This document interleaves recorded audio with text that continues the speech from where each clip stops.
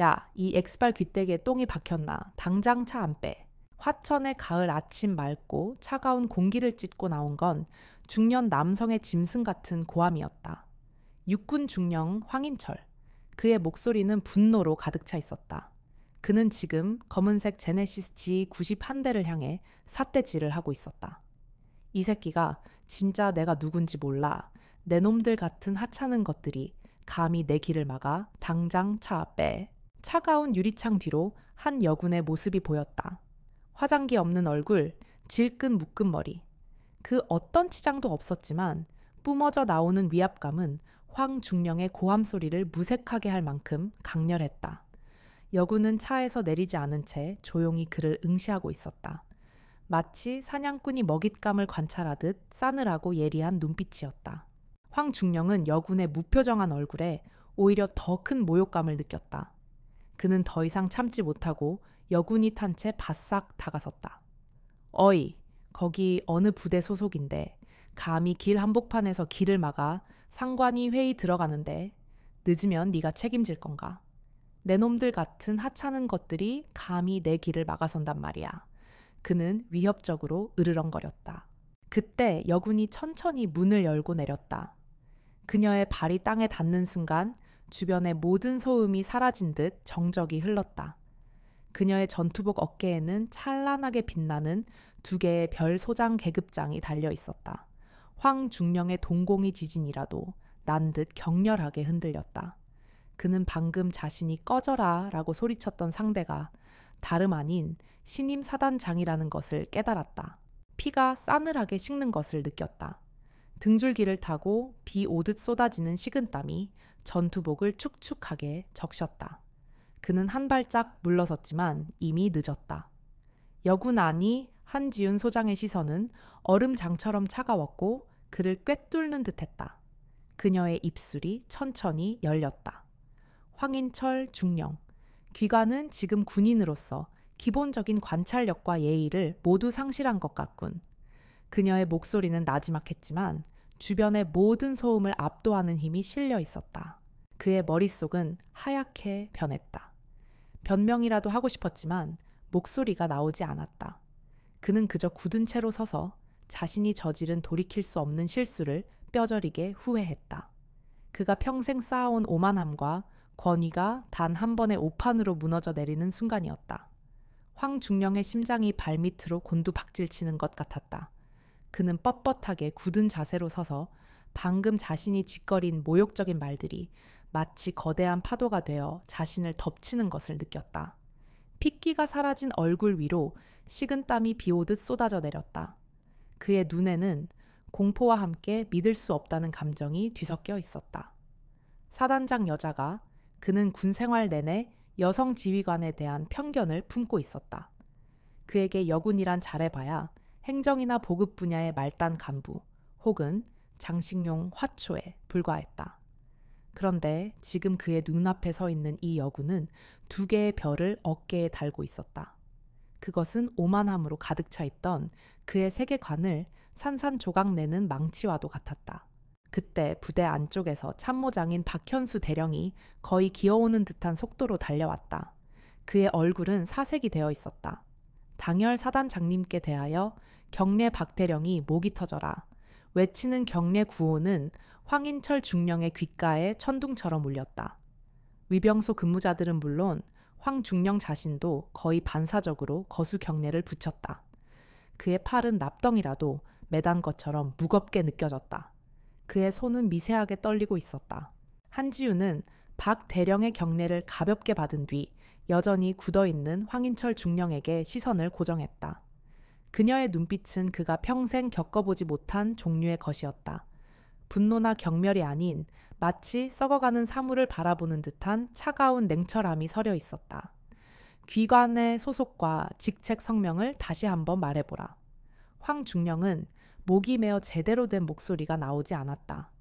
그는 간신히 마른 침을 삼키고 떨리는 목소리로 겨우 대답했다. 당열 오연대 2대 대장 중령 황인철입니다.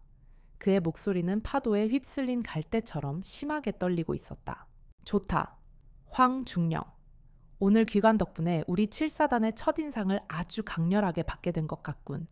고맙게 생각한다. 그녀의 말은 칭찬이 아니었다. 얼음보다 차가운 선전포고였다. 황중령은 그녀의 말이 무슨 뜻인지 정확히 알고 있었다. 그의 오만함은 이제 그에게 가장 큰 재앙으로 돌아올 터였다. 한지우는 더 이상 황중령에게 눈길도 주지 않고 박 대령을 향해 말했다. 참모장, 지금부터 내 이 취임식은 취소한다. 박 대령의 눈이 휘둥그레졌다. 예, 사단장님, 그게 무슨 말씀이십니까? 군단장님과 지역 유지분들도 다 오시기로. 한지우는 그의 말을 단호하게 잘랐다. 내 부임의 첫 시작을 보여주기 위한 행사로 낭비하고 싶지 않다. 지금 즉시 전부대에 전파하도록. 모든 행사는 취소하고 나는 지금부터 사단 순시를 시작하겠다. 그녀는 잠시 멈추더니 황중령을 향해 싸늘하게 덧붙였다. 첫 목적지는 오연대 이대대다. 그녀의 마지막 말은 곁에 서 있는 황인철 중령의 심장을 꿰뚫는 창과 같았다. 황중령의 얼굴에서 마지막 핏기마저 완전히 사라졌다. 그는 자신이 파놓은 무덤의 깊이를 비로소 깨달았다. 한지우는 그를 지나쳐 성큼 정문 안으로 걸어 들어갔다. 그녀의 뒤로 화천의 가을 아침 햇살이 길게 그림자를 드리우고 있었다. 7사단의 새로운 별이 뜨는 순간이었다. 하지만 그 별은 기존의 질서에 익숙해진 자들에게는 재앙의 서막을 알리는 불길한 징조처럼 느껴졌다. 황중령은 그 자리에 망부석처럼 굳어서서 차마 고개를 들지 못했다. 그의 머릿속은 오직 끝났다는 생각으로 가득 차 있었다. 황인철 중령의 대대는 사령부에서 차로 5분 거리에 있었다. 한지훈 소장이 탄 지92 대대 연병장에 멈춰 섰을 때 이미 대대는 벌집을 쑤셔놓은 듯했다. 사단장의 예고 없는 방문, 그것도 이 취임식을 취소하고 곧장 달려왔다는 소식은 대대 전체를 공포에 몰아넣기에 충분했다. 황중령은 자신의 레토나를 몰아 필사적으로 사단장의 차를 뒤쫓았지만 그의 차가 연병장에 도착했을 때는 이미 한지훈 소장이 차에서 내려 막사 쪽으로 걸어가고 있는 중이었다. 전 병력 5분 내로 연병장 집합 생활관 청소 상태 확인해 관물대 각 잡고 바닥 광내 행정반 서류 싹 다 치워 보이는 곳에 문제될 만한 거 하나도 남기지 마. 간부들의 고함과 병사들의 분주한 발걸음 소리가 뒤섞여 아수라장이었다. 병사들은 사단장의 불시에 들이닥친 방문에 혼비백산했다. 평소 보여주기식 검열에만 익숙했던 그들은 갑작스러운 실전 상황에 어떻게 대처해야 할지 몰라 우왕좌왕했다. 하지만 한지우는 연병장의 도열한 병사들을 거들떠보지도 않았다. 그녀의 시선은 오직 하나 병사들의 삶이 있는 막사 건물에 고정되어 있었다. 참모장 대대장, 예 사단장님, 지금부터 나를 안내하려 하거나 정해진 동선으로 유도하려는 생각은 버리도록. 나는 내가 보고 싶은 것을 직접 볼 것이다. 그녀의 목소리는 차갑고 단호했다. 그녀는 곧장 가장 가까운 생활관 건물로 향했다. 황중령과 대대 주임원사가 사색이 되어 그 뒤를 따랐다. 그들의 얼굴에는 두려움과 함께 어떻게든 막아야 한다는 절박함이 교차했다. 한지우는 복도를 따라 걷다가 삼생활관이라는 문패가 붙은 방 앞에서 멈춰섰다. 그녀는 망설임 없이 문을 열었다. 순간 코를 찌르는 퀴퀴한 냄새가 진동했다. 급하게 청소를 한답시고 물을 뿌려댄 탓에 바닥은 미끄러웠고 여기저기 곰팡이가 핀 벽지와 눅눅한 공기가 가득했다. 병사들은 관물대 앞에 부동자세로 서 있었지만 그들의 긴장한 얼굴과 불안한 눈빛은 숨길 수 없었다. 한지우는 아무 말 없이 생활관을 천천히 둘러보았다. 그녀의 시선은 날카로운 메스와 같았다. 저기 세 번째 관물대. 그녀가 손가락으로 한 곳을 가리켰다. 저 병사 관물대 문 열어보라. 지목당한 박일병의 얼굴이 하얗게 질렸다. 그는 떨리는 손으로 관물대 문을 열었다. 겉으로 보기에는 군복과 속옷이 각 잡혀 정리된 듯 보였다. 하지만 한지우는 안쪽 깊숙한 곳을 가리켰다. 그 안에 전투복 주머니에 든 것 전부 꺼내보도록. 박일병이 마지못해 전투복 주머니에서 무언가를 꺼냈다. 누렇게 변색된 반창고 흙이 묻은 사탕 껍질 그리고 작은 수첩이었다. 황중령이 다급하게 외쳤다. 사단장님 병사의 개인 사유물까지 보시는 것은. 한지훈의 차가운 목소리가 그의 말을 끊었다. 황중령, 군대에서 개인 사유물을 논하기 전에 자네 부대 병사들의 복지 상태나 제대로 챙기는 게 어떤가? 황중령은 입을 다물었다. 한지훈은 수첩을 건네받았다.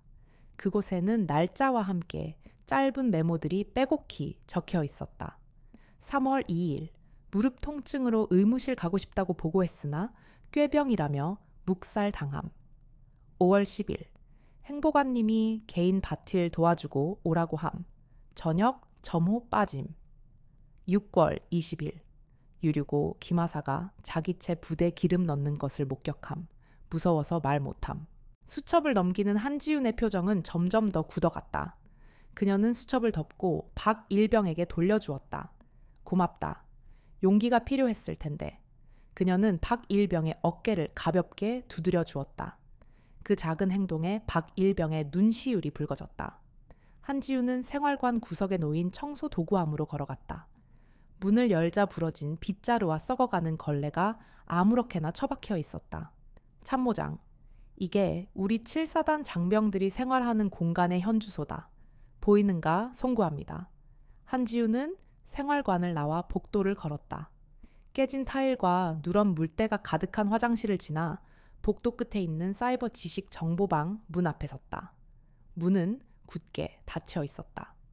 여기는 왜 문이 닫혀 있지? 황중령이 쩔쩔매며 변명했다. 그게 컴퓨터가 대부분 고장나서 수리 예산 신청을 해놓은 상태입니다. 한지훈은 대답 대신 손잡이를 돌려 문을 열었다. 안은 먼지가 뽀얗게 쌓인 컴퓨터 몇 대가 전부였고 그마저도 의자는 모두 치워져 간부들의 사적인 물품을 쌓아두는 창고처럼 쓰이고 있었다. 예산 신청 서류 나중에 확인하겠다. 만약 거짓이라면 황중령 자네는 군복을 벗을 각오를 해야 할 것이다. 그녀의 목소리에는 한치의 농담도 섞여 있지 않았다. 황중령의 얼굴은 더 하얗게 질렸다. 다음으로 향한 곳은 취사장이었다. 점심 식사 준비가 한창인 취사장은 그야말로 아수라장이었다. 바닥에는 음식물 쓰레기가 나뒹굴었고 환풍기는 기름때에 쩔어 제대로 돌아가지도 않았다. 취사병들은 땀으로 범벅이 된 채 정신없이 움직이고 있었다. 한지훈은 오늘 배식될 메뉴가 무엇인지 물었다. 돼지고기 김치찜입니다. 그녀는 거대한 소단지로 다가가 국자로 김치찜을 휘저었다. 그러자 멀건 김치 국물 아래 가라앉아 있던 돼지고기 몇 점이 모습을 드러냈다. 정량보다 한참은 부족해 보이는 양이었다. 조리장. 예, 사단장님. 살집이 있는 조리장이 허겁지겁 달려왔다. 이게 오늘 우리 용사들이 먹을 점심인가? 예, 그렇습니다. 내가 보기엔 고기보다 김치가 훨씬 많아 보이는데 정량 배식 제대로 되고 있는 거 맞나? 조리장은 당황한 표정으로 더듬거렸다. 최대한 맞추려고 노력하고 있습니다. 노력 군대는 노력하는 곳이 아니라 결과로 증명하는 곳이다. 부식 창고 지금 당장 열어보라. 한지훈의 명령에 조리장과 황중령의 얼굴이 동시에 굳어졌다. 그들은 서로 눈빛을 주고받았다. 부식 창고 문이 열리자 안에서는 부패한 냄새가 진동했다. 유통기한이 지난 식자재와 함께 빼돌린 것이 분명해 보이는 물품들이 한쪽 구석에 따로 쌓여 있었다. 고급 햄과 통조림 냉동 만두, 심지어 민간 마트에서나 볼 수 있는 과자 상자까지. 한지훈은 아무 말 없이 쌓여있는 식자재들을 바라보았다. 그녀의 침묵은 그 어떤 질책보다도 무겁고 무서웠다. 그녀는 천천히 뒤돌아 황인철 중령과 조리장을 번갈아 보았다. 그녀의 눈빛은 마치 내 놈들의 죄를 내가 다 알고 있다고 말하는 듯했다. 황중령. 예, 사단장님. 오늘 점심 나와 함께 여기서 병사들과 똑같은 식사를 하도록 하지. 그리고 오후에는 기관의 대대 운영에 관한 모든 서류를 검토해야겠다. 한 장도 빠짐없이 지금 즉시 내게 가져오도록. 그것은 단순한 명령이 아니었다. 심판의 시작을 알리는 서곡이었다. 황인철 중령은 자기도 모르게 마른 침을 삼켰다. 화천의 가을 하늘은 여전히 높고 푸르렀지만 그의 눈앞은 칠흑 같은 어둠으로 가득 차는 듯했다. 전고의 햇살이 식당 창문으로 쏟아져 들어왔지만 공기는 여전히 싸늘했다. 300여 명의 병사들이 식판을 들고 줄을 서 있었지만 누구 하나 떠드는 사람 없이 식당 안에는 무거운 침묵만이 감돌았다. 그들의 시선은 모두 한 곳에 쏠려 있었다. 식당 중앙 낡은 사 인용 식탁에 홀로 앉아있는 신임 사단장 한지윤 소장에게. 그녀의 식판은 다른 병사들의 것과 조금도 다르지 않았다. 멀건 김치 국물에 잠긴 돼지고기, 몇 점 군데군데 쉰내가 나는 콩나물 무침, 그리고 밥알이 딱딱하게 굳은 쌀밥.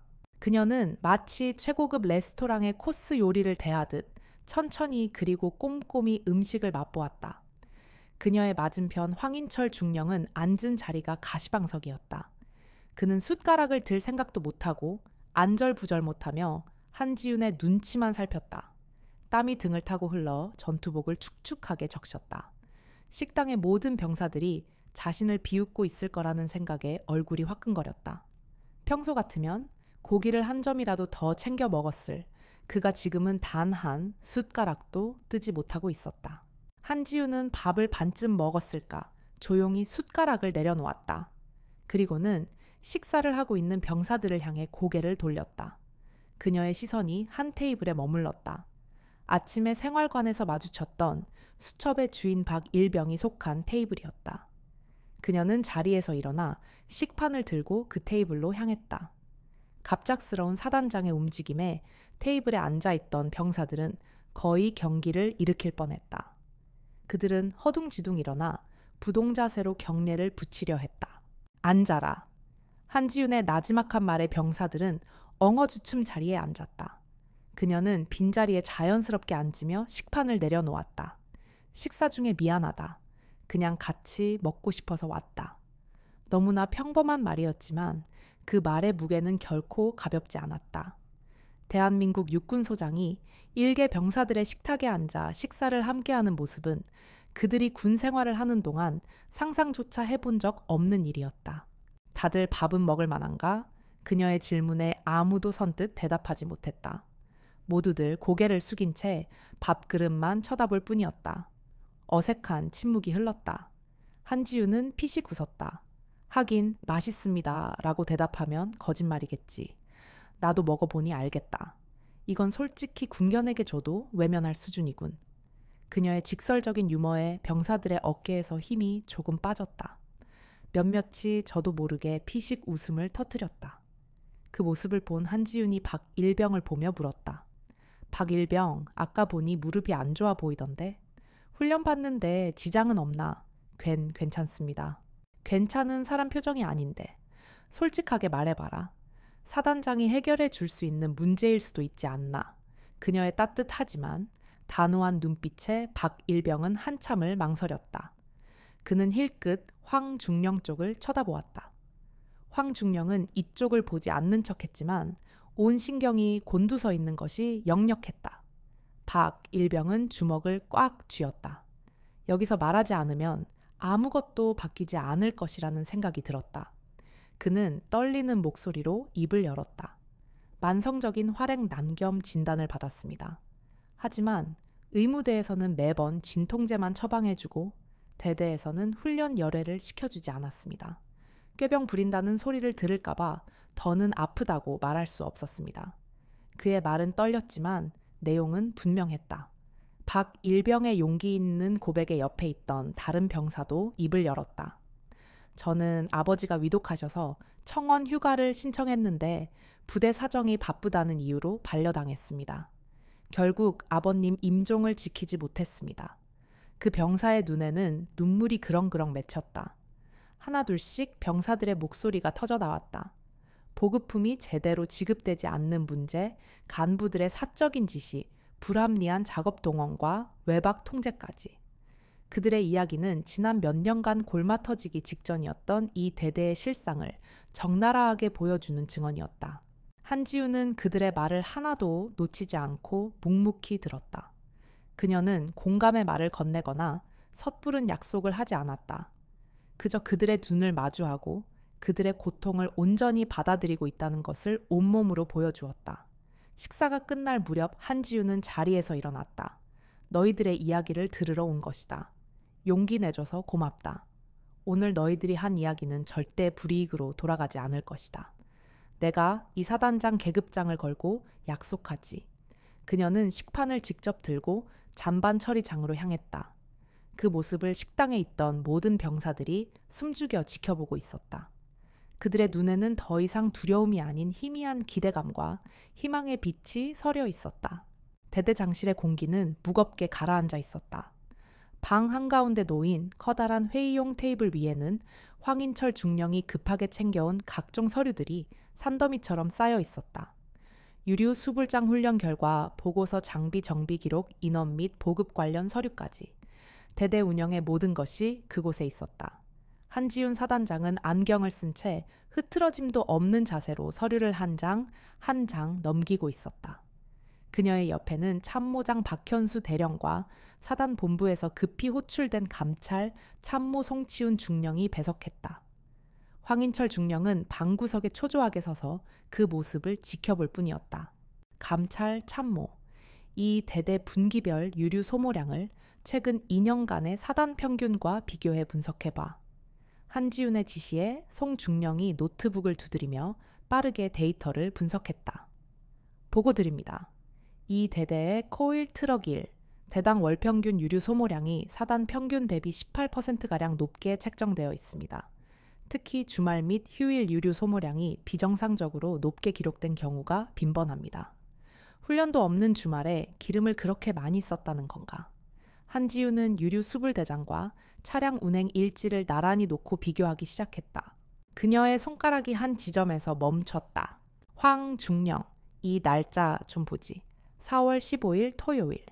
운행 일지에는 부대 주변 환경 정화 목적으로 2돈 반 트럭 한 대가 50km를 운행했고 20리터의 경유를 소모했다고 기록되어 있군. 그런데 같은 날 유류 수불 대장에는 100리터가 출고된 것으로 되어 있어.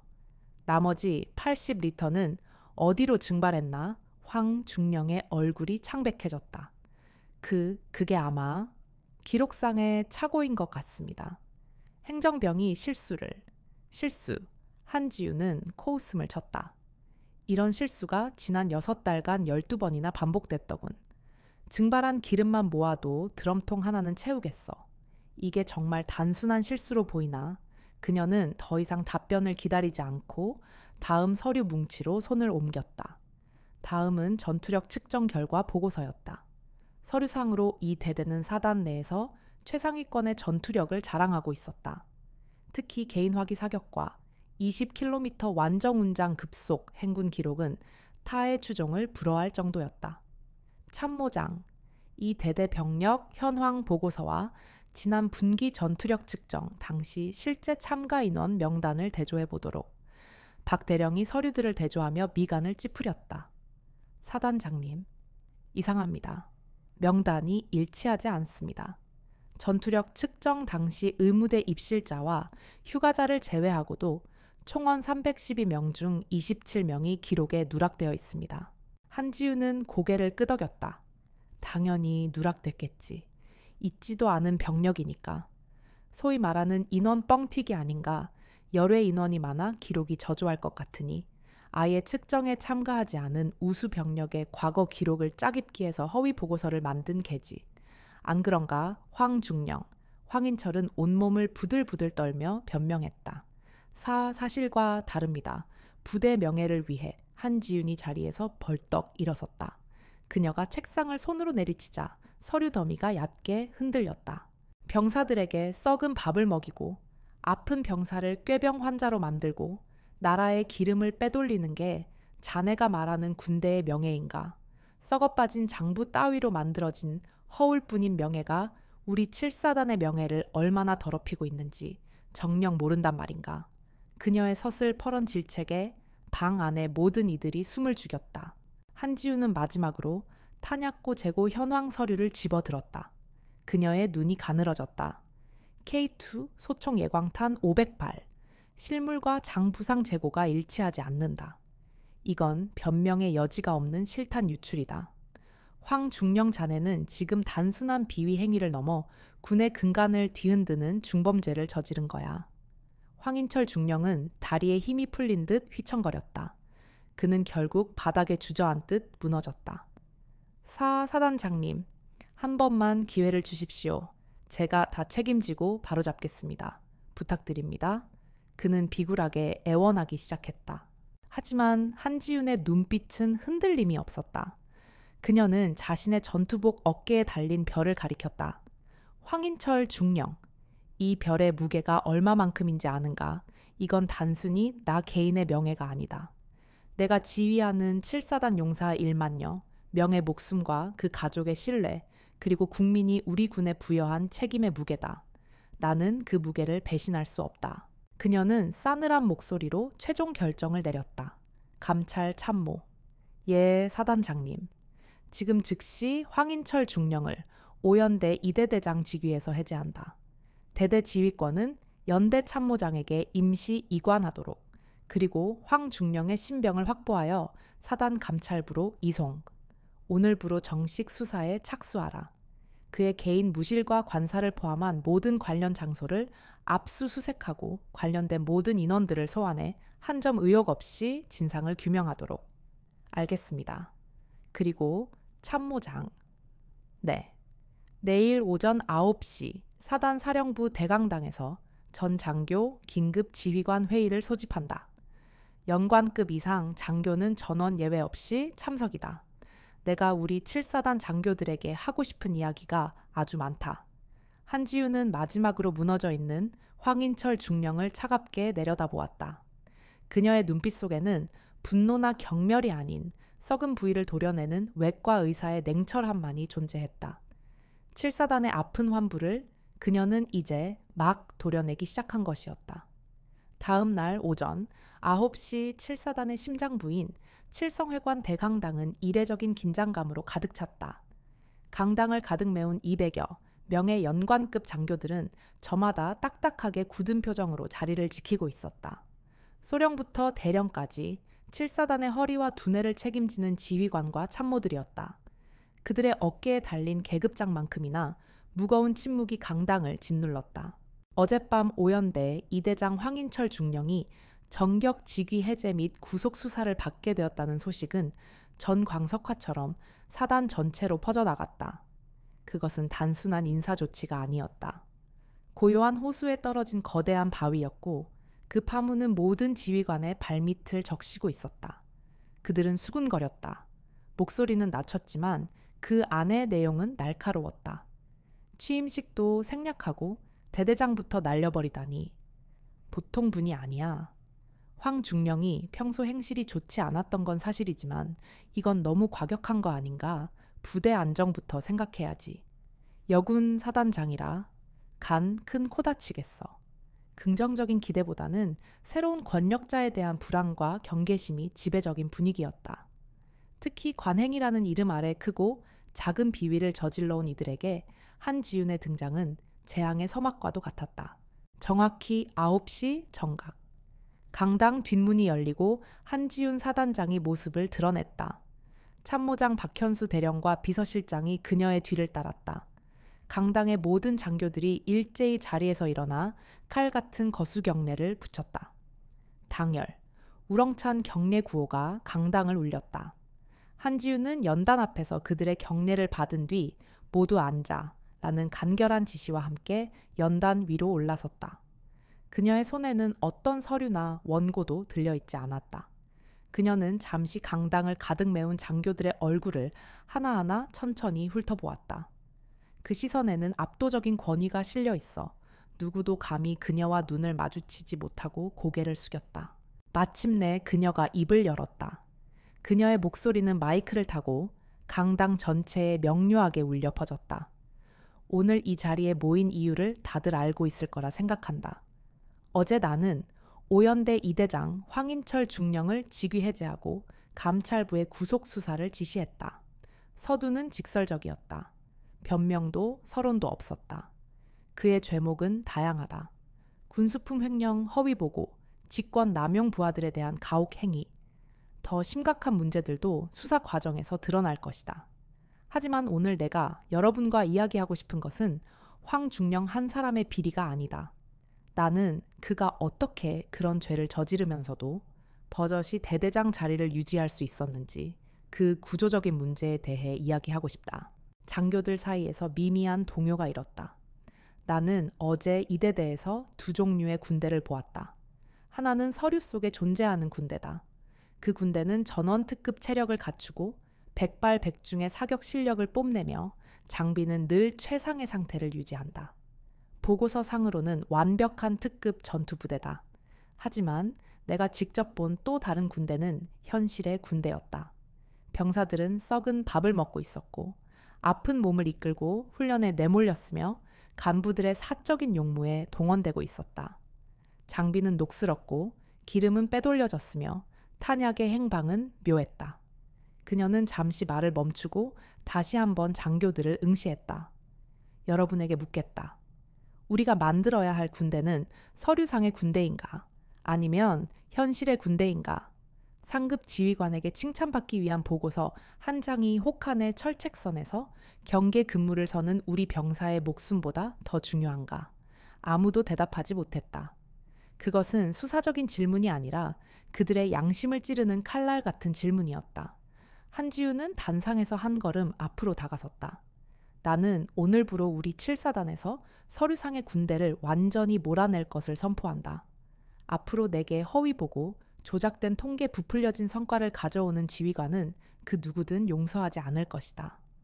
나는 잘 포장된 거짓 성공보다 정직한 실패 보고를 원한다. 문제를 드러내는 것을 두려워하지 마라. 진짜 두려워해야 할 것은 문제를 알면서도 묵인하고 은폐하여 그 골문 상처가 부대 전체를 썩게 만드는 것이다. 그녀의 목소리에 힘이 실렸다. 지휘관 여러분, 어깨에 달린 계급장은 권력이 아니다. 책임이다. 여러분의 첫 번째 책임은 상급자의 비위를 맞추는 것이 아니라 여러분이 목숨을 책임져야 할 부하들을 돌보는 것이다. 그들이 제대로 먹고 제대로 자고 제대로 치료받을 권리를 보장하는 것이 전투 준비 태세의 시작이다. 병사들의 신뢰를 얻지 못하는 지휘관은 100만 대군을 이끌어도 전쟁에서 승리할 수 없다. 나는 7사단의 모든 병사들이 직접 내게 고충을 전달할 수 있는 사단장 직통 채널을 개설할 것이다. 익명은 철저히 보장될 것이며 제보자에 대한 어떠한 불이익도 없을 것이다. 만약 이 제보를 색출하려 하거나 보복을 시도하는 지휘관이 있다면 황인철 중령보다 더한 대가를 치르게 될 것임을 명심하라. 강당 안의 공기는 이제 얼음장처럼 차갑게 식어 있었다. 훈련 체계 또한 전면 개편한다. 보여주기식 훈련 검열을 위한 훈련은 모두 폐지한다.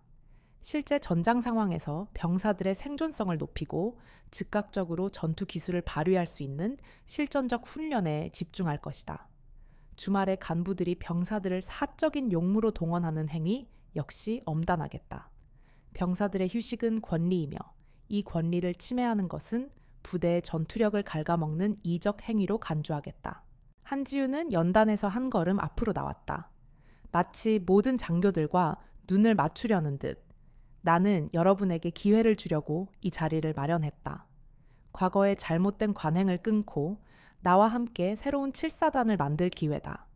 당열하면 된다는 우리 부대의 구호가 더 이상 공허한 외침이 아니라 병사 한 사람 한 사람의 가슴 속에서 우러나오는 진정한 신념이 되도록 만들고 싶다. 그녀의 시선이 좌중을 압도했다. 하지만 착각하지는 마라. 이것은 부탁이 아니다. 명령이다. 나의 방침에 동의할 수 없거나 변화를 따를 의지가 없는 사람이 있다면 지금이라도 스스로 거취를 결정하는 것이 좋을 것이다. 나는 내 부하들의 목숨을 담보로 정치를 할 생각이 없다. 내 길을 가로막는 자는 그 누구든 치워버릴 것이다. 그녀의 마지막 말은 선언이었다. 부드러운 카리스마 뒤에 숨겨진 강철 같은 의지의 표명이었다. 이상이다. 모두 자리로 돌아가 내가 오늘 한 말을 어떻게 실행에 옮길지 고민하도록. 여러분은 이제 시험대에 올랐다. 행동으로 증명하라. 한지우는 짧게 목례를 하고 연단에서 내려왔다. 그녀가 강당을 빠져나갈 때까지 200여 명의 장교들은 자리에서 일어나지도 움직이지도 못한 채 그 뒷모습만을 멍하니 바라보았다. 한지윤이 사라진 뒤 비로소 강당 안에 얼어붙었던 공기가 깨지기 시작했다. 누군가는 깊은 한숨을 내쉬었고 누군가는 굳은 얼굴로 주먹을 쥐었다. 참모장 박현수 대령의 얼굴에는 복잡한 감정이 스쳐 지나갔다. 불안감과 함께 어쩌면 진짜 군인이 될 수도 있을지 모른다는 미약한 희망이었다. 반면 몇몇 연대장들의 얼굴은 어둡게 그늘져 있었다. 그들은 황인철 중령과 정도의 차이만 있을 뿐 비슷한 관행에 젖어 있던 인물들이었다. 그들에게 한지윤의 연설은 개혁의 청사진이 아닌 자신들을 향한 서슬 퍼런 경고장으로 들렸을 것이다. 7사단의 변화는 이제 막 시작되었다. 그 길은 결코 순탄치 않을 것이며 보이지 않는 저항과 갈등이 도사리고 있을 터였다. 한지윤 사단장의 연설이 남긴 폭풍은 각 부대로 흩어지는 지휘관들의 차량과 함께 사단 전역으로 퍼져나갔다. 어떤 이들은 굳은 결의를 다졌고 어떤 이들은 깊은 시름에 잠겼다. 그리고 또 어떤 이들은 노골적인 불쾌함을 감추지 않았다. 8연대장 차승민 대령은 그 후자였다. 그는 자신의 집무실로 돌아오자마자 쓰고 있던 전투모를 책상 위로 신경질적으로 집어던졌다. 나이는 50살 초반. 육사 출신으로 군 생활 내내 정치와 라인을 통해 승승장구해 온 전형적인 인물이었다. 그에게 군대란 싸워서 이기는 조직이기 이전에 상관에게 인정받고 진급하는 조직이었다. 한지윤의 등장은 그의 군 생활 전체를 부정당하는 듯한 모욕감을 안겨주었다. 이게 말이 된다고 생각하나 김중령차 대령은 자신의 연대 작전 참모인 김영훈 중령을 향해 으르렁거렸다. 어디서 굴러먹던 지도 모를 별 2개짜리가 와서 30년 군대 관행을 하루아침에 뒤엎으려고 해 허위 보고 조작. 그거 없이 어떻게 부대를 문제없이 굴리라는 말이야. 사사건건 터지는 문제들을 다 사령부에 보고하면 잘했다고 칭찬이라도 해준대. 김중령은 난처한 표정으로 땀을 닦으며 대답했다. 그래도 사단장님 말씀이 아주 틀린 것 같지는 않습니다. 특히 장병 복지 문제는 복지. 무슨 군대가 자선단체야. 전쟁 나면 밥 투정하고 잠 투정할 건가. 요즘 애들 나약해 빠진 걸 왜 부대 탓으로 돌려 우리 때는 말이야. 차 대령의 낡은 라떼 타령이 시작되려던 찰나 주임원사가 조심스럽게 노크하고 들어왔다. 연대장님, 사령부에서 공문이 내려왔습니다. 사단장 직통 채널 설치 및 운영에 관한 지시입니다. 각 생활관마다 QR코드가 인쇄된 포스터를 부착하고 병사들이 자유롭게 이용할 수 있도록 보장하라는 내용입니다. 차 대령은 공문을 빼앗아 들고 훑어보더니 종이를 구겨버릴 듯 움켜쥐었다. 기가 막히는군. 이건 지휘관을 믿지 못하겠다는 거 아닌가? 병사들더러 자기 지휘관을 고발하라고 부추기는 꼴이잖아. 그는 잠시 무언가 골똘히 생각하더니 이내 음흉한 미소를 지었다. 좋아. 까라면 까야지. 지시대로 포스터는 붙여. 대신 활용법을 잘 교육하도록 해.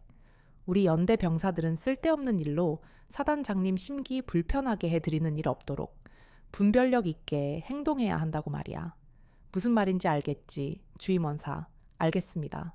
주임원사의 대답에는 씁쓸함이 묻어났다. 그것은 명백한 압박이자 사실상의 사용금지 협박이었다. 차승민 대령은 자신의 방식대로 새로운 질서에 저항하기로 마음먹었다. 그는 한지윤의 개혁이 한때의 돌풍으로 끝나리라 믿어 의심치 않았다.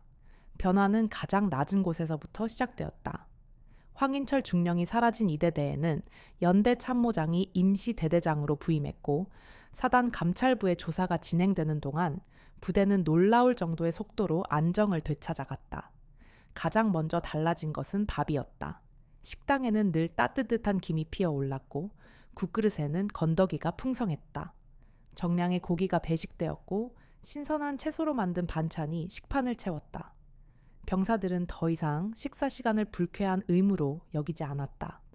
와, 오늘 제육볶음 실화냐? 고기가 김치보다 많은 거 처음 본다. 이게 다 그 여자 사단장님 덕분 아니냐? 진짜 군대가 바뀔 수도 있나 봐. 박 일병과 그의 동기들은 식판을 깨끗이 비우며 감탄했다.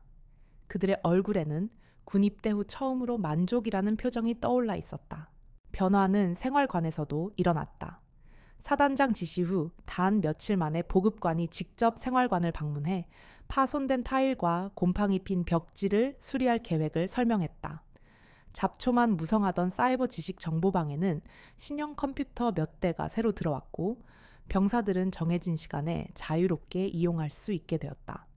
그리고 마침내 생활관 게시판 한쪽에 사단장 직통 채널 칠성의 소리라는 제목의 포스터가 붙었다. 병사들은 신기한 듯 QR코드를 쳐다보았지만 누구 하나 선뜻 휴대폰을 꺼내지는 못했다. 익명이 보장된다는 말을 믿을 수 없었다. 보복에 대한 두려움이 그들의 손을 붙잡았다. 며칠이 지난 늦은 밤, 박일병은 잠 못 이루고 뒤척였다. 일주일 전보다 무릎 통증이 더 심해진 탓이었다. 임시 대대장은 그를 의무대로 보내주었지만 군의관은 여전히 별다른 이상이 없다며 진통제만 처방해 줄 뿐이었다. 이대로 가다가는 정말 절름발이가 될지도 모른다는 공포가 밀려왔다. 그는 큰 마음을 먹고 침상에서 일어나 모두가 잠든 생활관 복도로 나왔다. 그는 떨리는 손으로 휴대폰을 꺼내 게시판에 QR코드를 비쳤다. 화면에 익명의 메시지 창이 떴다. 그는 한자 한자 자신의 상황을 정성껏 써 내려갔다. 사단장님께, 저는 오연대 이대대 소속 박병사입니다. 만성 활액 낭염으로 고통받고 있으나 부대에서는 제대로 된 치료를 받지 못하고 있습니다. 군병원 정밀 진단을 받고 싶습니다. 도와주십시오. 전송 버튼을 누르는 그의 손가락이 미세하게 떨렸다. 과연 이 작은 목소리가 닿을까? 그는 불안과 기대를 안고 다시 침상으로 돌아갔다. 한지우는 동이 트기 전인 새벽 5시면 어김없이 집무실에 나왔다. 하루의 시작은 전날 밤 사이 접수된 칠성의 소리를 확인하는 것으로부터 비롯되었다. 처음 며칠간은 장난스러운 글이나 의미 없는 욕설이 대부분이었다. 그녀는 실망하지 않고 그조차도 병사들의 목소리라 생각하며 하나하나 읽었다. 그러던 어느 날 아침 그녀의 눈이 한 메시지에 멈췄다. 박일병의 글이었다. 그녀는 즉시 비서실장을 호출했다. 오연대 이대대 박병사 오늘 중으로 국군수도병원 정형외과 진료 예약을 잡아라. 부대에는 내가 직접 지시할 테니 즉시 외진 조치할 수 있도록 준비시키고. 알겠습니다. 그리고 사단 의무장 지금 당장 내 방으로 오라고 해. 잠시 후 사색이 된 의무대장이 사단 장실에 들어섰다. 한지우는 박일병의 사례를 들며 차갑게 물었다. 우리 사단 의무대는 단순 파상과 만성질환도 구분하지 못하는 돌팔이들만 모아놓은 곳인가? 병사가 지속적으로 통증을 호소하는데 진통제 처방이 전부였다는 게 상식적으로 납득이 가는 조치인가? 병력이 많다 보니 세심하게 살피지 못한 부분이 변명하지 마라. 지금부터 사단 내 모든 만성질환 의심 장병 및 관리 소홀이 의심되는 환자 리스트를 전수조사해서 다시 보고하도록. 한 명이라도 누락될 시 의무대장부터 군복 벗을 줄 알아라. 그녀의 지시는 신속하고 단호했다. 박일병은 그날 오후 사단장 직권으로 국군수도병원으로 향하는 채 올랐다. 이 소식은 대대 내에 순식간에 퍼져나갔다. 칠성의 소리가 진짜로 작동한다는 것. 사단장이 직접 병사들의 목소리를 듣고 해결해 준다는 사실은 그 어떤 구호보다도 강력한 신뢰의 증거가 되었다. 그날 이후 칠성의 소리 채널에는 하루에도 수십 건의 진솔한 이야기들이 쌓이기 시작했다. 한지윤의 개혁이 시작된 지 한 달, 7사단에는 분명한 변화의 바람이 불고 있었다. 하지만 그 바람이 모든 곳에 똑같이 닿는 것은 아니었다. 한지윤은 이날 8연대 과학화전투훈련 KCTC 준비 현장을 불시에 찾았다. 그녀가 훈련장에 도착했을 때 눈앞에 펼쳐진 광경은 가관이었다. 병사들은 실전적인 전술훈련 대신 훈련장 주변에 잡초를 뽑고 돌을 주워 화단을 만드는 작업에 동원되어 있었다. 훈련장 한쪽에서는 간부들이 모여 연대장이 참관할 훈련 시범을 위해 각본을 짜고 있었다. 전형적인 보여주기식 훈련의 현장이었다. 연대장 어디 있나? 한지윤의 싸늘한 물음에 현장을 지휘하던 대대장이 달려왔다. 당열 연대장님께서는 잠시 후 훈련 현장 지도차 방문하실 예정입니다. 지도, 이게 지금 훈련하는 모습으로 보이나? 병사들에게 총 대신 호미를 들려주는 게 자네가 말하는 실전 훈련인가? 그때 차승민 대령이 탄 지휘 차량이 먼지를 일으키며 나타났다. 그는 차에서 내려 한지훈을 보자 멋쩍은 표정을 지었다. 허허, 사단장님, 어인 행차십니까? 마침 제가 우리 용사들 훈련을 독려하러 오던 길이었습니다. 차 대령, 내가 지휘관 회의에서 했던 말을 벌써 잊었나 보여주기식 훈련은 전면 폐지하라고 했을 텐데 지금 이게 뭔가 사단장님, 오해십니다. 훈련 환경을 개선하는 것도 훈련의 일환, 궤변은 그만두도록. 한지우는 그의 말을 잘랐다. 그녀는 작업하던 병사 한 명을 불렀다. 자네 KCTC가 뭔지 아나 잘 모르겠습니다. 그럼 자네가 지금 하는 이 작업이 훈련에 어떤 도움이 된다고 생각하지? 그냥 간부님들이 시키셔서 하는 겁니다.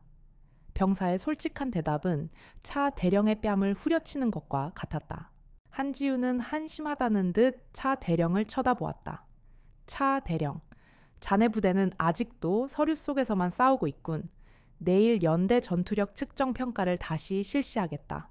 어떤 각본도 시범도 없이 내가 직접 평가관을 맡을 것이니 자네 연대의 진짜 실력을 보여줄 준비나 하도록. 그녀는 더 이상 볼 것도 없다는 듯 올랐다. 차승민 대령은 떠나는 그녀의 차를 보며 입술을 깨물었다. 이제 더 이상 물러설 곳이 없었다. 그녀와의 정면 충돌은 피할 수 없는 현실이 되어 다가오고 있었다. 그는 한지훈을 이겨야만 자신의 군 생활을 지킬 수 있다고 생각했다. 그의 얼굴에는 불안감과 함께 깊은 증오가 서려 있었다. 다음 날 아침 8연대 전술 훈련장의 공기는 전날과는 비교할 수 없을 만큼 차갑고 날카로웠다. 밤새 급조된 준비는 허술하기 짝이 없었고 간부들의 얼굴에는 잠을 설치고 어찌할 수 없는 패닉이 역력했다. 차승민 대령은 애써 태연한 척했지만 쉴 새 없이 다리를 떨고 있는 모습은 그의 불안감을 고스란히 드러내고 있었다. 그는 여전히 상황을 오판하고 있었다. 설마 사단장이 공개적으로 연대장의 체면을 깎는 무리수를 두겠어 적당히 압박하다가 끝나겠지. 그는 자신의 군 생활 내내 통용되던 정치적 논리를 굳게 믿고 있었다. 오전 8시 한지훈 사단장이 탄 지휘 차량이 훈련장 지휘소 앞에 멈춰 섰다. 그녀는 전투복 차림에 방탄복까지 완벽하게 착용하고 있었다. 그녀의 눈빛은 한치의 감정도 담지 않은 채 오직 평가관으로서의 냉철함만이 번뜩였다. 지금부터 8연대 전투 준비 태세 평가를 시작한다. 그녀는 차승민 대령의 요식적인 보고를 손으로 막으며 작전 상황판 앞으로 성큼 걸어갔다. 상황 부여, 금일 08, 시시분적 특작군 1개, 분대 규모가 아군 GOP 철책을 통과 연대 책임 지역인 독수리봉 일대로 침투한 것으로 추정. 또한 08시 15분 연대의 주 보급로인 7번 도로에서 원인 불명의 연기가 발생 아군 감시 장비에 의해 미확인 화학작용제 의심 물질로 식별됨. 마지막으로 08시 20분 훈련장 인근에서 길을 잃은 민간 차량 1대가 통제선 안으로 진입했다는 보고 접수.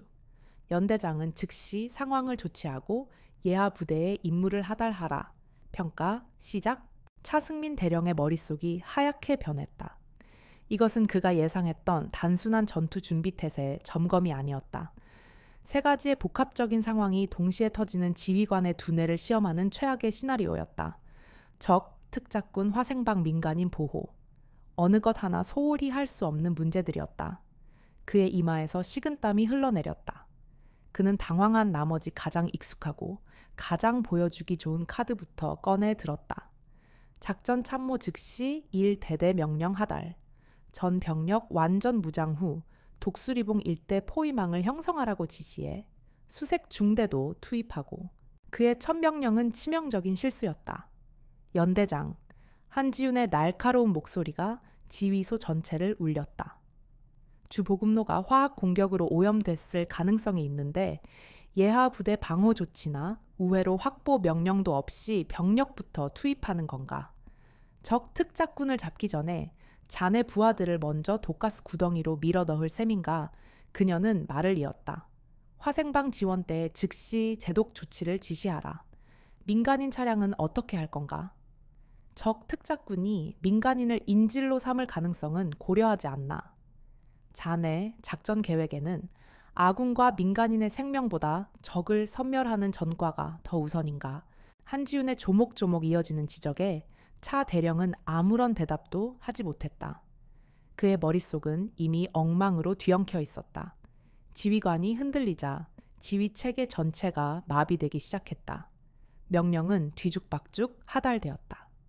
1대대는 출동 준비를 하다가 화생방 경보에 다시 방독면을 찾느라 우왕좌왕했고, 수색 중대는 출동 경로를 제대로 지정받지 못해 지휘소 주변에서 대기만 하고 있었다.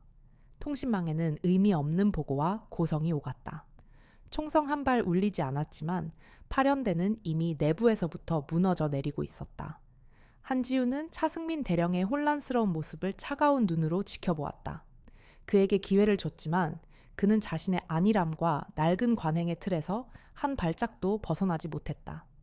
이미 승패는 결정된 상황이었다. 한지훈은 더 이상 지켜볼 필요가 없다고 판단했다. 그녀는 작전 참모인 김영훈 중령에게 시선을 돌렸다. 김 중령은 차승민 대령과는 달리 당황스러움 속에서도 상황을 파악하려 애쓰는 모습이 역력했다. 김 중령. 한지훈의 부름에 김 중령이 허둥지둥 자세를 고쳐 잡았다. 예, 사단장님. 지금부터 내가 내리는 명령을 모든 예하 부대에 하달하라. 첫째 주 보급로인 7번 도로는 즉시 전면 통제하고 화생방 지원대의 제독 작업을 지시한다. 모든 장비와 인원은 보호 장구를 갖춘 채 통제선 밖에서 대기하도록. 둘째 민간인 차량이 발견된 곳은 적 특작군 침투 지역과 동떨어져 있다. 민간인을 최우선으로 보호하기 위해 수색 중대 절반과 군사 경찰 분대를 즉시 현장으로 급파 민간인을 안전하게 구출하고 보호소로 이송하라.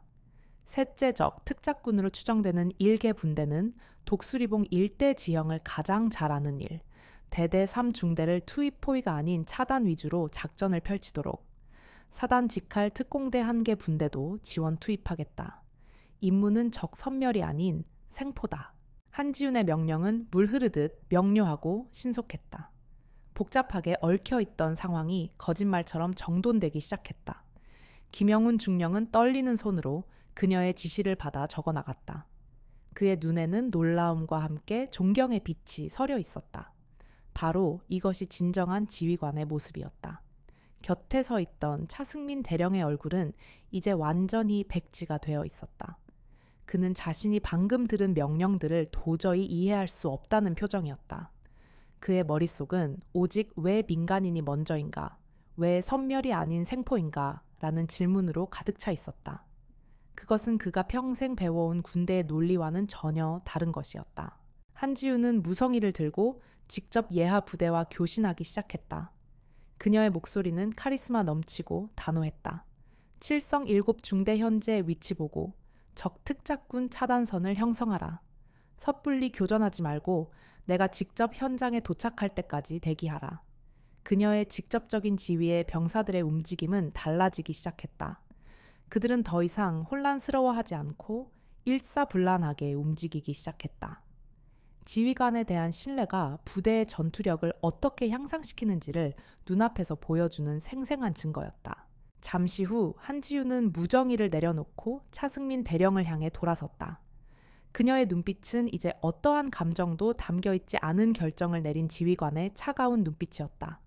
차 대령, 귀관은 오늘 지휘관으로서의 자격을 상실했다.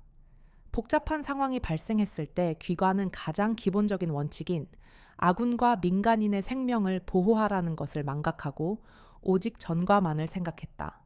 이는 지휘관으로서의 근본적인 자질 결여다. 군대는 전과를 쌓는 조직 이전에 국민의 생명과 재산을 보호하는 조직이어야 한다. 귀관의 작전 계획은 우리의 가장 기본적인 존재 이유를 부정하고 있다.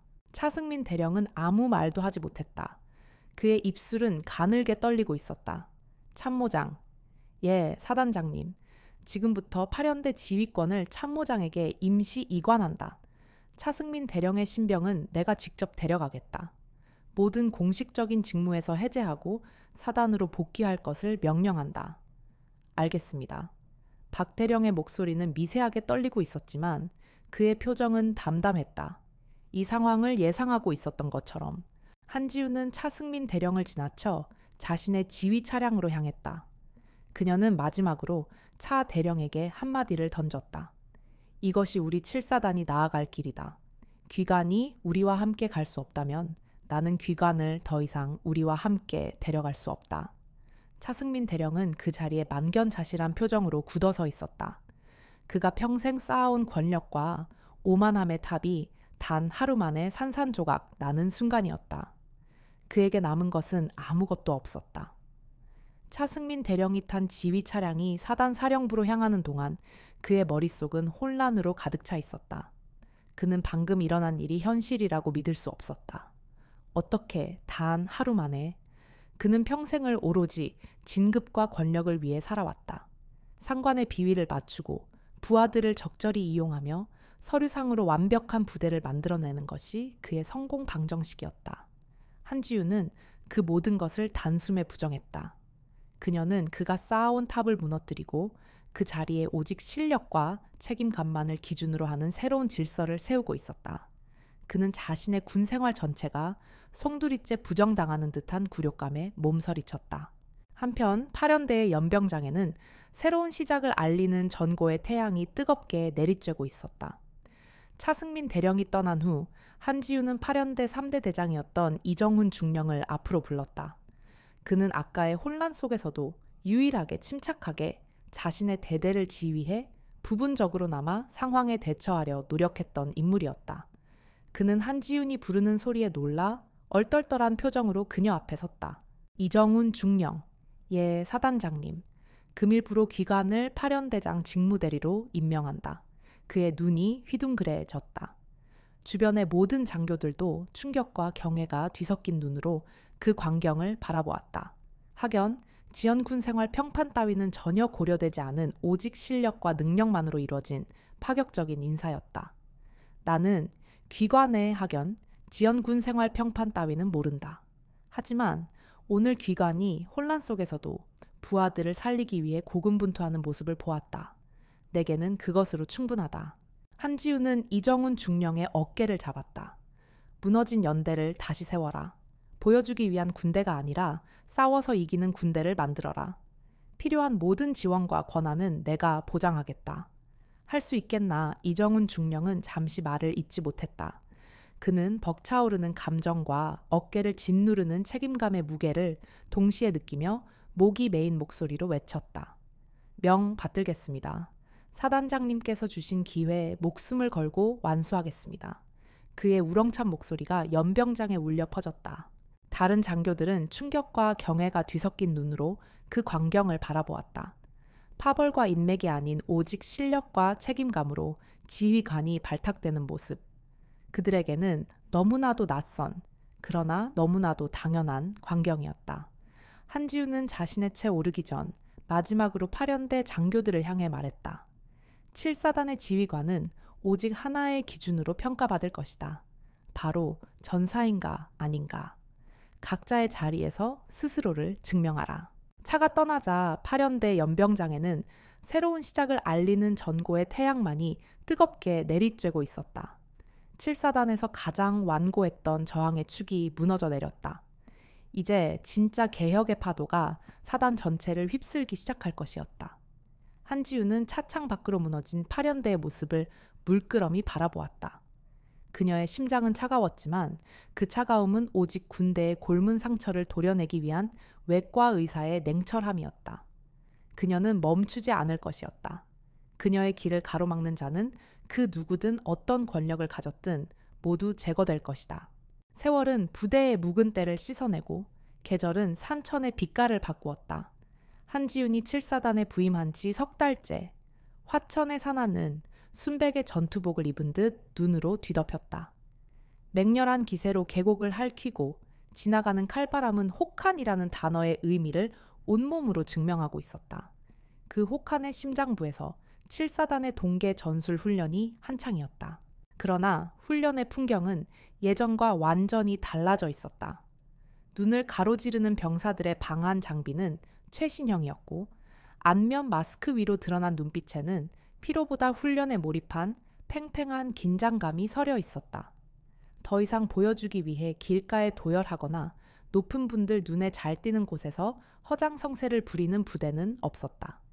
각 부대는 실시간으로 변하는 가상의 전장 상황 속에서 자율적인 판단에 유기적으로 움직이고 있었다. 특히 8연대의 변화는 경이로웠다.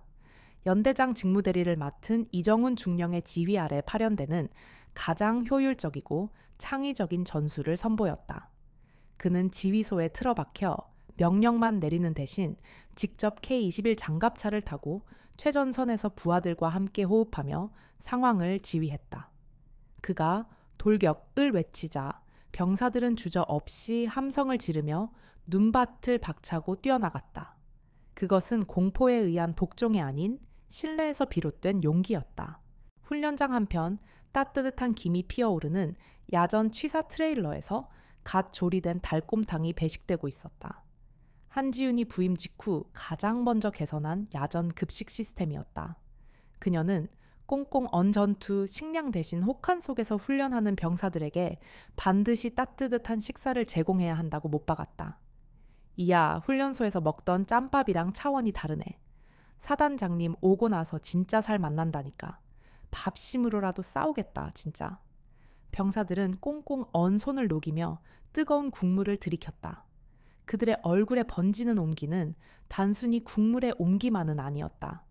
존중받고 있다는 느낌, 한 명의 인격체로 대우받고 있다는 따스함이었다.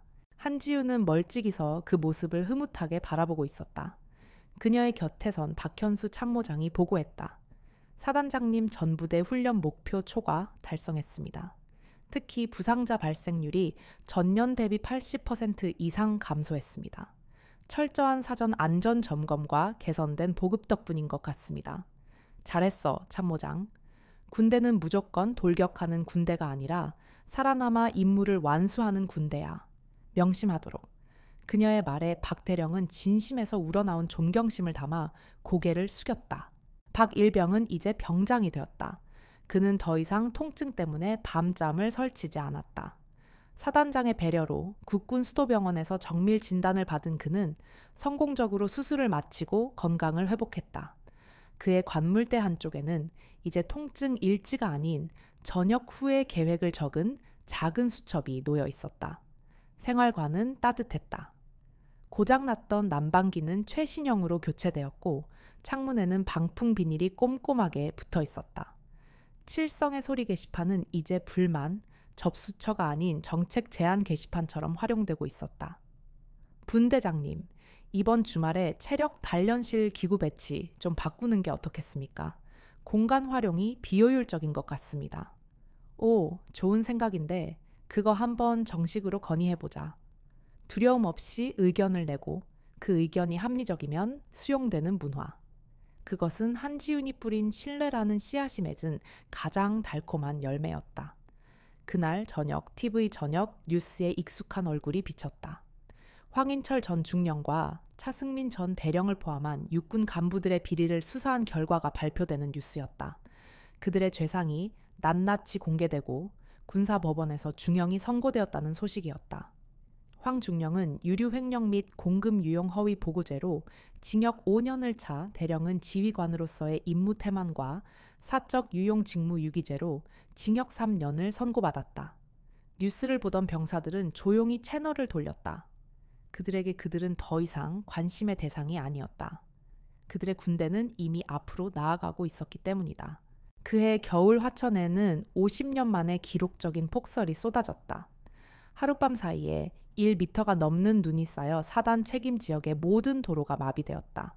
특히 민통선 북방의 GOP 초소 몇 곳은 완전히 고립될 위기에 처했다. 보고를 받은 한지우는 한치의 망설임도 없이 비상대책 회의를 소집했다. 참모장, 지금 당장 화천군청에 연락해서 제설 작업 협조를 요청해. 우리 사단의 공병 장비만으로는 역부족이다. 군과 관이 힘을 합쳐야 해. 대민 지원이 아니라 민관 합동 작전이다. 알겠습니다. 항공단에는 즉시 헬기 지원을 요청해 고립된 GOP 초소의 생필품과 의료품을 최우선으로 공수한다. 식량보다 중요한 건 의약품과 방한 유류다. 사람이 먼저다. 그녀의 지시는 명확하고 실용적이었다. 과거 같았으면 병력을 투입해 무조건 길을 뚫으라는 식의 주먹구구식 명령이 내려왔을 터였다. 하지만 그녀는 병사들을 무작정 눈구덩이로, 내모는 대신 가용한 모든 자원을 활용해 가장 효율적인 방법을 찾아냈다. 그녀는 직접 헬기에 올라 고립된 GOP 초소를 찾았다. 꽁꽁 언 손으로 경계 근무를 서는 초병의 손을 잡으며 그녀는 말했다. 고생이 많다. 조금만 버텨라. 너희들 뒤에 사단 전체가 있다는 걸 잊지 마라. 사단장이 직접 위험을 무릅쓰고 최전방 초소를 방문했다는 소식은 폭설보다 더 빠르게 부대 전체에 퍼져나갔다. 병사들은 더욱더 힘을 내 제설 작업에 매달렸다. 그것은 의무가 아닌 전우를 구하기 위한 사투였다. 민관군의 신속한 합동 작전 덕분에 마비되었던 도로는 예상보다 빨리 복구되었다. 단 한 명의 동상 환자나 사고자도 발생하지 않았다. 이 성공적인 위기 대응 사례는 국방일보 일면에 대서특필되었고 육군 본부의 주목을 받기에 충분했다. 며칠 후 육군 참모총장이 7사단을 비공식 방문했다. 그는 한지윤의 안내를 받으며 완전히 달라진 부대의 모습을 둘러보았다. 병사들의 생기 넘치는 눈빛과 장교들의 자신감 있는 보고 실전적으로 운용되는 훈련 시스템에 그는 연신 감탄했다. 두 사람은 눈 덮인 사나가 한눈에 내려다 보이는 칠성 전망대에 섰다. 차가운 바람이 두 장군의 뺨을 스쳤다. 한 장군, 참모총장이 먼저 입을 열었다. 솔직히 말해 처음엔 걱정이 많았네. 최전방 사단의 여군 지휘관이라니? 군 내부의 반발도 만만치 않았고. 하지만 오늘 와서 보니 내 걱정은 기우였군. 한 장군은 군대를 바꾼 게 아니야. 군대가 원래 있어야 할 제자리로 돌려놓은 것뿐이야. 최고 지휘관의 진심 어린 칭찬이었다. 한지윤은 경례로 답을 대신했다. 감사합니다. 하지만 이건 저 혼자 한 일이 아닙니다. 변화를 믿고 따라준 우리 7사단 용사 모두가 해낸 일입니다. 참모총장이 떠난 후 한지윤은 한동안 홀로 전망대에 서서 북녘의 산하를 바라보았다. 꽁꽁 얼어붙었던 대지에 어느덧 봄 기운이 스며들고 있었다. 그녀의 부임과 함께 시작되었던 7사단의 길고 추웠던 겨울도 이제 끝나가고 있었다. 박현수 참모장이 다가와 외투를 덮어주며 말했다. 사단장님, 이제 들어가시죠. 바람이 찹니다. 한지윤은 고개를 끄덕였다. 그녀의 표정은 처음 부임하던 날처럼 무표정했지만 그 눈빛은 이제 단순한 강인함을 넘어 수많은 부하들을 품은 어머니의 그것처럼 깊고 따뜻해져 있었다. 그래, 들어가지. 아직 할 일이 많아. 그녀는 등을 돌려 다시 부대로 향했다. 그녀가 걸어가는 길 위로 저물어가는 겨울, 해가 마지막 빛을 쏟아내고 있었다. 그 빛 속에서 그녀의 어깨에 달린 두 개의 별은 그 어느 때보다 밝고 선명하게 빛나고 있었다. 7사단에 뜬 새로운 별은 이제 칠흑 같은 밤하늘을 밝히는 가장 믿음직한 길잡이가 되어 그 자리에 굳건히 서 있었다. 댓글로 여러분의 소중한 의견과 감동을 나눠주세요. 좋아요와 구독은 저희 채널에 큰 힘이 됩니다. 더 많은 분들이 이 이야기를 접할 수 있도록 주변에 공유해 주시면 감사하겠습니다. 여러분의 관심과 응원 덕분에 저희는 더 좋은 이야기로 찾아뵐 수 있습니다.